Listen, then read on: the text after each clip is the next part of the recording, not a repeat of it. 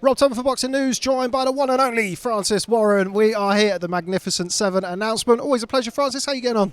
Good, thank you, mate. All good. Just back from Saudi, all recovered.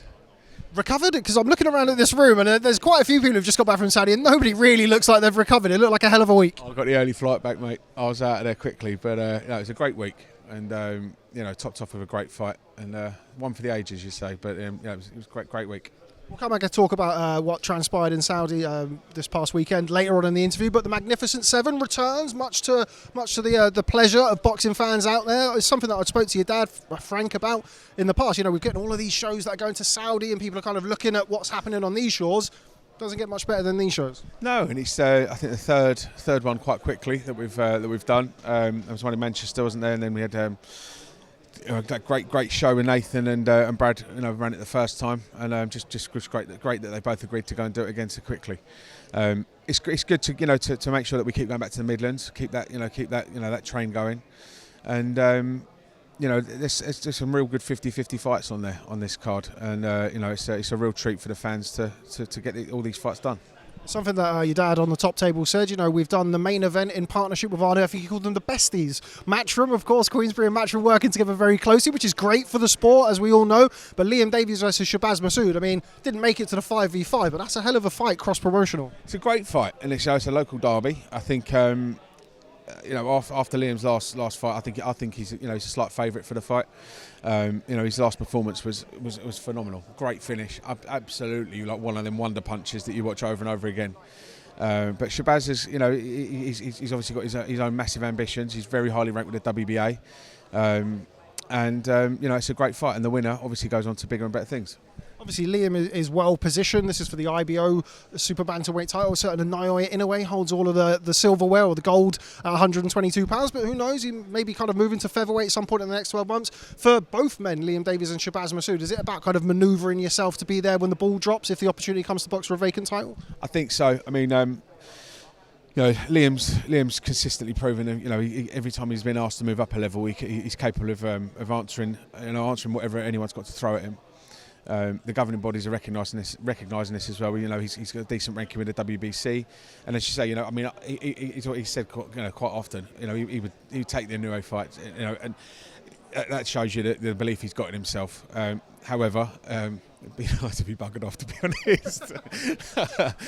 Listen, I'm not saying that Liam Miller couldn't do it, but I think there's an easier route to win a world title, gain some experience at world level, and then we'll have a look at it. But that's But you don't want to hear anyone saying that we're trying to avoid him, try and circumnavigate a different route. These guys, when they're 10, 11 years old, they dream about winning world titles and fighting on the biggest stages. And Liam is certainly proving that if you believe in yourself and you back yourself and you work hard enough, then anything's achievable. It's obviously a stacked card, so we're not going to have time to go through each and every fight. But one person I do want to speak to you about is Chantel Cameron. Of course, one of the biggest names in female boxing, is now here making her Queensberry debut. Big coup for Queensberry, getting somebody like, probably top 3, top 4 at worst, pound for pound in the female code. She has some two really high profile contests. And we're looking to keep her moving and move her back to world titles. She's a terrific ambassador for female boxing, or boxing in general, but in particular for the girls that want to go out there and make a mark. And again, just shows hard work, dedication, and drive. It gets you to the top. Just moving back to Saudi Arabia before we talk about the main event, there was, of course, another heavyweight. Well, there's a few other heavyweights in action, but the one I really want to talk to you about is your man, Moses Itauma. Another exceptional performance, a second-round stoppage win. Just how excited are you, and how excited should people be who are watching this about Moses Itauma? He's the future. He's the future, star of world boxing. I'm absolutely convinced of it. Aside from what he does in the ring, his demeanour, his attitude, his focus, his drive, his dedication is second to none. And he's such a nice guy as well. He's an absolute pleasure to be around, and that personality is coming through. He was a very shy, 18-year-old when he turned over. He turned over day after his birthday, his 18th birthday. I think we ran a press conference early Feb. He turned 18 late December. So no, that's incorrect. His debut is the end of January. So within 4 weeks of him turning 18, he'd made his debut. So if you look at everything about him from then, he's grown into this big, strong man. From when he made his debut, he was a boy. So he's quickly developing into somebody who I would pin my hopes on becoming the next star and face of world boxing. Fantastic performance again on Saturday night. When it stopped a guy, had only been stopped I think once before in 28 fights. Great finish, and we're not all getting carried away. That was a fight he's supposed to win. That's a fight that he goes in there, and if it doesn't go right, you'll have to ask questions. But it was his first 10-rounder, first championship fight, first time he's had that sort of, even like different things like like knowing that he's going to get a world ranking with one of the top 4 governing bodies. That's on the line, a belt's on the line, and eyes are on him on such a big card, biggest card of the last 50 years. It's just he just took it all in his stride, and it's the first time he's actually said to me, he goes, "Francis, I've really loved this week. I've absolutely loved it." Before, I think some of the media stuff he might have found a bit awkward or a bit of a chore, but he's loving it. He's absolutely loving it, and I think he's developing into just the most one of the most all-rounded nice fellas in sport. And one of the nastiest bastards in boxing. Very well said. You mentioned there about kind of, it was a bit of a showcase performance for him. Go out there, show everybody what you're about. But he has done those rounds against Konstantin Dovbychenko, Espindola. He's not blown everybody out there. But from your position as kind of a manager and obviously involved in the matching side of things, how difficult is it when you've got such a blue chip prospect? But he is only a baby, never boxed as a senior, as an amateur. What does that do in your position? How difficult is that? And I guess how enjoyable is that? Well, I mean, after fights 1 and 2. I did think to myself, we need some rounds. And from a PR point of view, it's probably not the most attractive third and fourth fight in the world. But in hindsight, we got 12 rounds out. We got 12 rounds banked, and since then we've only had 6 in 5 fights. So the fact that he's got some rounds banked, I think will do him the world of good. Immediately after the fight, I had a chat with a couple of your peers and your colleagues, and I'm thinking to myself, maybe Maris Wax just to get some more rounds in or things like that. But I think it's a real what do we need, and it's picking the right fights at the right time. Does he need rounds right now? Probably not. I think just getting that, just keep working on things in the gym and get the experience via sparring. I'd like to go match him with someone of a higher profile, who people might think, oh, this guy might cause him some problems. I like Tom Schwartz. I like Justice Hooney in a couple. I like Dempsey McKean, Simon Keane. And obviously we've got one eye on David and Sol. The English title has been, the board have mandated that Moses is mandatory for the English title, so that's the winner of Solomon Dakers and David Adelaide. There's some good fights domestically, and I think by January we definitely want to be looking at a British title fight. So whoever got that will be coming and knocking. When did you first lay eyes on him? Obviously, Carroll had been signed to Queensbury previously, somebody you also looked after. We saw him blow through the European youths, knocking everybody out in the first round, did very, very similar in the Worlds. When did you first keep an eye on him, and when did you first realise, oh my God, look what we've got here? Well, Carroll and I met 5 years ago, and obviously I'm aware of the amateur scene. Moses would have been probably 13, 14 at that point. We'll keep our finger on the pulse of the amateur scene and know what's going on. But yeah, you obviously keep one eye on him. But at the time, my priority was Carroll, and I thought we'd done a great job for Carroll. He had one slip up, but aside from that, I think we did a great job for Carroll. And it was we were slowly introduced to Moses through his family, and I think we did it very professionally and very, very well mannered. Other people were flying out to Europeans and going, "Come with us, come with us." I didn't even go. I thought, no, let you do your thing. He's still an amateur. And then when he came back, we sat down and had a chat. And we've just got along, and I think that he has got such a great team, support network around him with his family.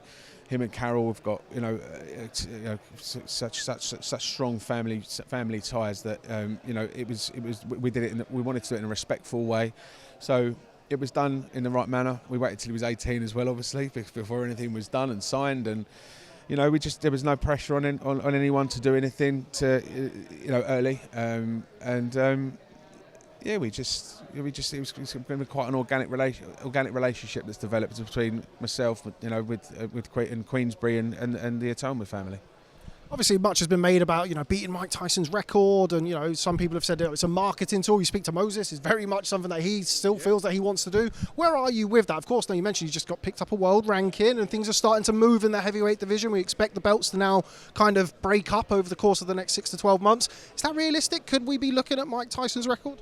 Listen, if you ask the 13, 14-year-old, on the youth at Arsenal, what do you want to do in your pro career? They're not going to say, I want to win a League Cup. They're going to want to win a World Cup or Premier League and Champions League.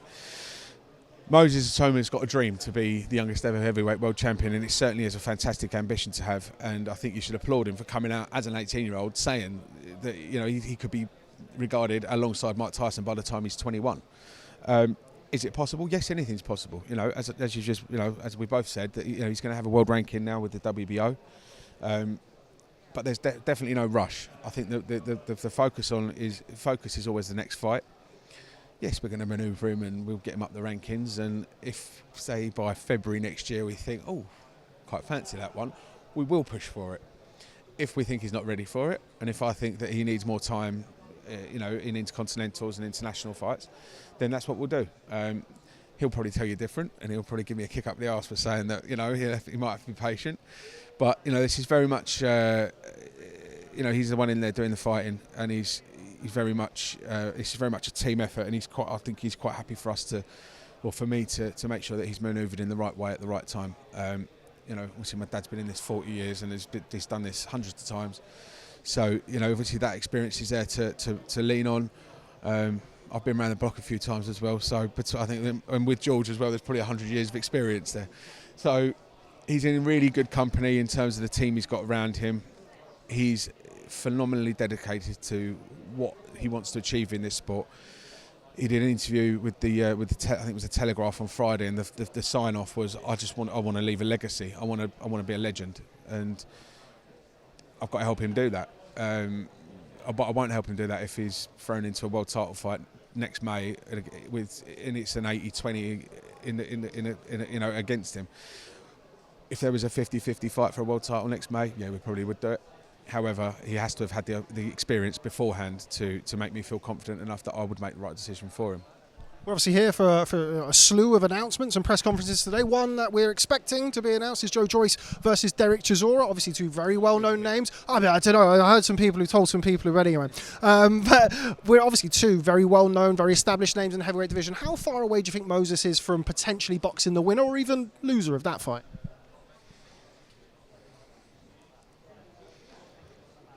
Couple of fights. But I would think it unlikely to happen. And that's not being disrespectful to anyone, or trying to, if you read a bit between the lines if you want, but I'm not here to, Moses is 19, and you've got to think of guys who are coming towards the end of their career who've had fantastic careers and well-respected guys. I don't think they're going to want to sign off by getting beat by a 20-year-old. And that's just being honest and respectful. I love Derek dearly.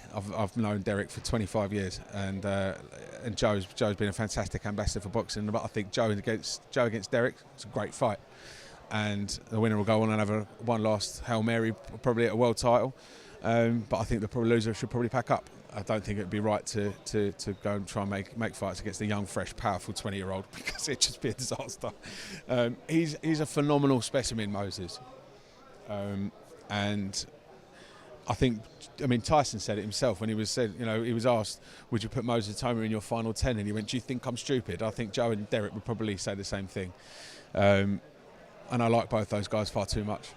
It's kind of where I was going to go next, actually. I was going to mention Tyson obviously saying it as well. And I'm not going to name any names, but I've spoken to high-level British heavyweights who don't even want to spar him, much less fight him. How difficult does it make your job in that position, and obviously the job of your dad, the promoter? The sparring is nigh on impossible. We're going to be looking to bring in Americans over for full 6-week camps, which is going to piss him off for the bank balance, but it is what it is. We've got to develop, and we've got to crack on with it. But there's no one in Britain who will spar him, and number one, and I'm not, again, and I've got to take everything I say here with, it means no disrespect to anybody, but say he does end up fighting David or Sol or Fab or Fraser at some point, they're not going to give away much in sparring, are they? He went out to camp with Daniel Dubois a year or so before Dubois fought Usyk, and I think it was competitive. Very well, I know it was very competitive. He sparred Joe Joyce from the age of 14, 15. I think, again, I don't think Joe needs that work anymore. So we're going to have to go international. And a lot of guys do say yes initially, and then they go and do their homework, and they don't even bring you back, they just block you.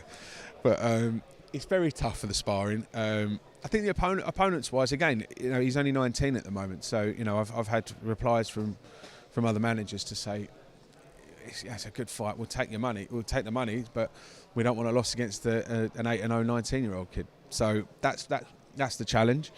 Anyone with any ambition of competing at that next level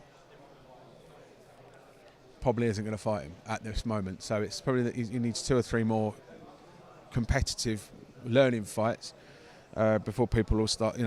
People will start wanting his ranking. People will start wanting his belt, where he's got something that people want. At the moment, he's a 19-year-old kid, up and coming, and phenomenally talented, hard and up and coming fighter. We look forward to the ride. Before we let you go, let's talk about what happened this weekend. That was the future. Let's talk about the present, and a fantastic fight and a fantastic advertisement for our crazy old sport, the undisputed heavyweight championship of the world. Brilliant fight, and of course won by Alexander Usyk. It's funny you said that about being this incredibly weird sport. I was on the way to the venue on Saturday. I was in the car with Ben, Davidson, Moses, a couple of Moses' brothers, Carol and Samuel. It's Samuel's birthday yesterday. Happy birthday, mate. Happy birthday, Samuel. And I was just sat there, sort of looked at them, and I thought, we have got fucking weird jobs. Like, all individually. I mean, yourself, like me, the fight, like, it's a very, very strange business. And I'm looking out all over the desert in Saudi Arabia thinking, what the fuck are we doing? This is really odd. But it's brilliant. And, and I still haven't come down from Saturday night because it was just such a good event, good night. And what a terrific fight, and what a great example that those two guys set for any youngsters coming through. I mean, Moses was at ringside and he just said, "Wow." I looked around and he's like, he's still, everyone. We're all at hearts. We're fans. That's why we're all so lucky to do what we do. The fight itself, can't argue with the result. I thought Tyson licked it. Had him 5-1 up after 6. 7 could have gone either way. 8, 9, 10, 11 Usyk, and then 8, 9, 10 Usyk. 11 could have gone either way, and 12 for Tyson. So that's my really honest scoring, and could have gone either way. It's they're 2 flip rounds, and I think they were the rounds that obviously most of the judges thought were could have gone either way. But both guys come out of there looking like they'd really, really been in a fight. Really, really had given everything they possibly could, to go in there and get a W. And obviously, there's, unfortunately for Tyson, it wasn't to be on the night. But what a rematch it's going to be! What a rematch! Do you think we definitely see the rematch? Obviously, we know in boxing that things can have a funny way of not happening. Ever comment for Tyson? It's probably wise. Ever. I just listen. As long as he's happy and healthy and his family, think it's the good thing to do. But yeah, then fingers crossed we'll see it. And that goes for both guys because they both left everything in the ring that night. But like I said, there's no way I'm speaking for Tyson. He's very much his own man. So you ask him that question yourself. Final one on me, just on Tyson. Obviously, he's signed with Queensberry Promotions. I know you don't manage him, but you've been very, very close to this whole journey. I remember you jumping up and down Wilder Fury 1 in LA all of those years ago. But I mean, obviously, the result didn't go his way. Yeah, so both of us, a bit more hair and a bit less weight for both of us, I think. But obviously, the result didn't go his way on Saturday. But when you consider the Fury fight, the Pianetta fight, to go from there to the undisputed heavyweight championship of the world, it's some journey that he's been on, obviously throughout his career, but particularly with Queensberry. Yeah. Well, I mean, I remember him coming to the press conference. There was 2 I didn't remember when he was not boxing, when he was on his hiatus, and one was I think it was the Terry Flanagan. Might have been. It was in Manchester, and we had a press conference sort of like under the Arndale Centre, and Tyson, he was smiling, but you could tell he wasn't happy to go from there. And I know he was up in Scotland for a Billy Joe Saunders fight. Well, you're good, aren't you? And he was smiling, said hello to everyone, but he wasn't a happy guy. And to go from that to like you said, just to get back in the gym. Listen, you just said we put a bit of timber on every, you go and do a couple of weeks in the gym, you think, oh, that'll do. These guys have to do it day in, day out, and to go from where Tyson was to where he is now, it's just superhuman. It's absolutely superhuman, and it's the mental strength he must have to get into that condition where he has got the physical strength to do what he did on Saturday is superhuman.